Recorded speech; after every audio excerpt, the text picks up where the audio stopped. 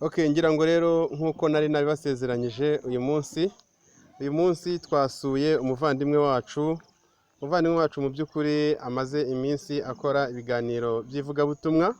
Ngira ngo muramubona ari kumwe, ntago nshaka kumenya uwo bari kumwe neza, ndaza kwimwibariza. Nagira ngo rero shehe utangire utwibwira mu by'ukuri, unatubwire uyu munsi ikiganiro uri butuganirize inshallah. Assalamu alaikum wa rahmatullahi wa barakatuh. Wa alaikum assalam wa rahmatullahi wa barakatuh. Naam. Nibyo rero nkuko nabisezeranyije abakunze kudutega amatwi, ngira ngo nabasezeranyije ko nzagusura nkaza tukaganira ku bijyanye n'Ubuyisilamu. Ujye ukora ibiganiro byiza kandi mu by'ukuri ibiganiro bikunda gukurikirwa. Twagira ngo rero uyu munsi ku mwanya urambuye cyane utubwire ikiganiro wateguye kugira ngo ugisangize abayisilamu ndetse n'abandi bavandimwe batari abayisilamu inshallah. Naam, assalamu alaikum wa rahmatullahi wa barakatuh. Wa alaikum assalam wa rahmatullahi wa barakatuh. Shunti bavandimwe b'Abayisilamu namwe mutabayisilamu, ndavuze nti amahoro y'Imana abane namwe. Nkuko channel yacu rero yitwa gusenga Imana imwe rukumbi, uyu munsi nateguye ikiganiro cyiza cyane, ikiganiro kitarambiranye cy'iminota mikeya kugira ngo tuze kuganira ku buhambare bw'Uwiteka Allah subhanahu wa ta'ala. Ariko ibyacu byose tubitangiza cyangwa se bitangizwa n'amagambo y'Uwiteka Allah subhanahu wa ta'ala, aho umurongo umwe muri Qur'ani Allah subhanahu wa ta'ala tubwira ngo ba'udhu billahi minash shaitanir rajim bismillahir rahmanir rahim. Allah subhanahu wa ta'ala tubwira ngo wa'budullaha wa la tushriku bihi shay'a. Muri surati Nisa Allah subhanahu wa ta'ala atubwira ngo munasenge Imana imwe rukumbi. Mbabwire ko umuntu wese uzapfa afite icyaha kibangikanya Imana nta handi hantu azaruhukira, uburuhukiro bwiwe buzaba buri mu muriro wa Jahannam. Ni muri urwo rwego dushishikariza abantu bose kumenya idini y'Isilamu, kuko idini y'Isilamu cyane kurusha ibindi bintu. Igihe uzumva bamwe bakubwira ngo ibangikanya Imana, kuvuga ngo ubutatu butagatifu, icyo gihe bavandimwe b'Abayisilamu namwe mutari Abayisilamu mutwumva ubutatu butagatifu nabo hari Allah subhanahu wa ta'ala arihariye n'umwe gurukumbi.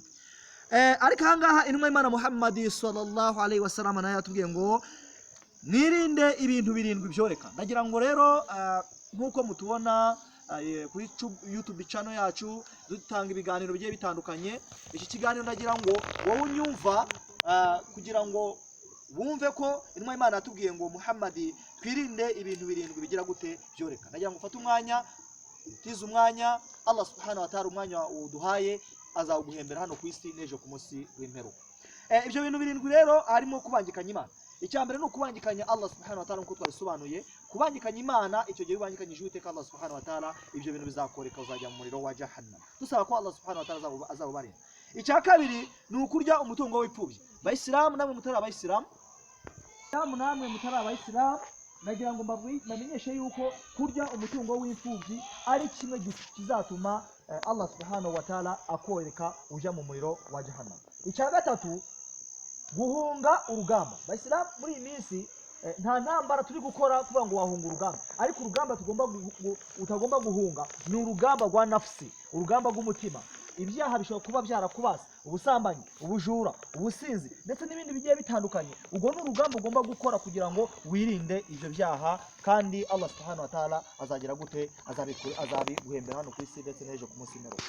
Icya kane ni ukuroga. Bayisilamu, umuntu ufata roho Allah subhanahu wa ta'ala yaremye yarangiza akayiroga cyangwa se akaroga, uwo muntu agapfa kubera ko yazize uburozi bwawe, icyo gihe umuzamenye ko ku munsi w'imperuka uzajya mu ndiba y'umuriro.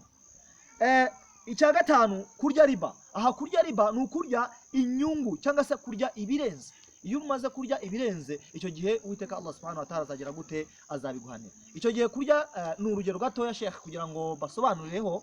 Iyo umuntu kurya riba ashobora kuba naje kukuguza amafaranga, kukuguza amafaranga kwa 2,200, noneho ukavuga ati nguzampa 2,250. Ayo 500 niyo bita riba. Icyo gihe rero niba ushaka kuguza umuntu muha 2,200, ejo azaguhe ibindi 2,200, ibyo ngibyo nta kibazo. Ariko ya mafaranga arenzeho ku 2,200 akaba 2,500, ayo 500 niyo riba. Umuntu rero urya riba hano ku isi ndetse n'ejo ku munsi w'imperuka azaba ari mu bya bintu birindwi bijya gute byoreka. Ikindi cya gatandatu, kubeshyera abagore babemera biyubashye ubusambanyi. Bayisilamu muri iyi minsi biragoye kugeza ubwo abagabo bafata abagore b'abayemeramana cyangwa se abagore b'abayisilamukazi biyubashye bakababeshyira ubusambanyi. Icyo gihe iyi gahunda zijyanye n'Uwisilamu ntabwo upfa kubeshyira umuntu ngo yasambanye, keretse habayeho bimwe mu bimenyetso, abashahidi, kugira ngo ibintu bigende neza. Rero umuyisilamu kubeshyira abagore babemera biyubashye ubusambanyi, icyo gihe bavandimwe Isilamu, uwo ntabwo ari umuco mwiza.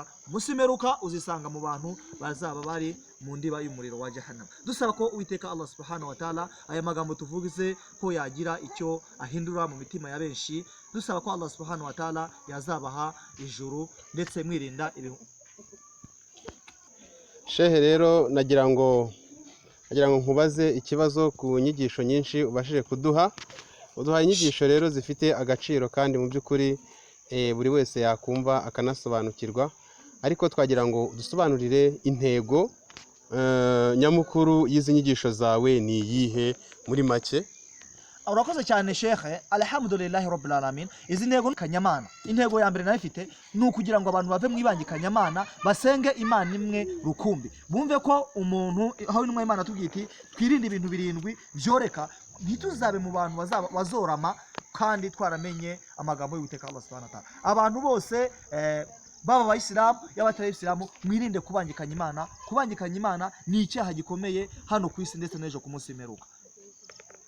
Urakoze cyane rero, mu by'ukuri ibiganiro byawe ni byiza kandi bikwiye gukurikirwa.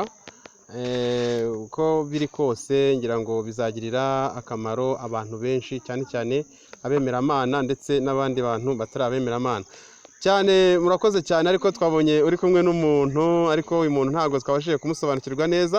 Twagira ngo rero mu by'ukuri utubwire umushyitsi uyu munsi twasanze ufite ni umushyitsi mu buhe buryo mwatubwira Sheikh? Alhamdulillahi rabbil alamin.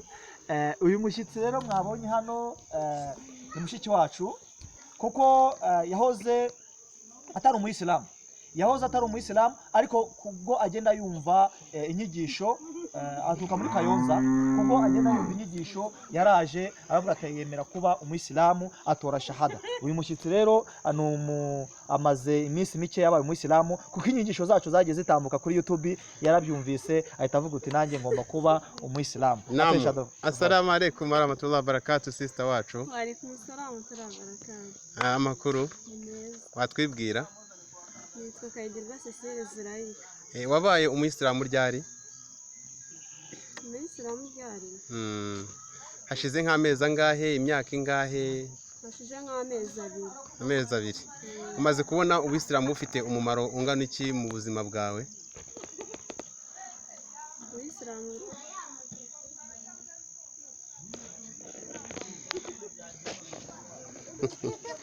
Okay, she agize isoni ni z'abayisilamukazi birumvikana. Wenda yanze kuvugira kuri YouTube, ariko uko byagenda kose cy'ingenzi umuntu yarinze amenya kwitandira, akamenya kuba yahisha imwe mu mitako Allah yamuhaye, ni ikintu gikomeye cyane. Inshallah wafata akanya rero gato nk'amasegonda 10 ugasoza ikiganiro cyawe, natwe tukongera tugasezerera abari badukurikiye kuri YouTube channel. Naam, assalamu alaikum warahmatullahi wabarakatuh. Allah subhanahu wa rahmatullahi wabarakatuh akomeze abahe umugisha, kandi mwirinde icyaha kibangikanya Imana.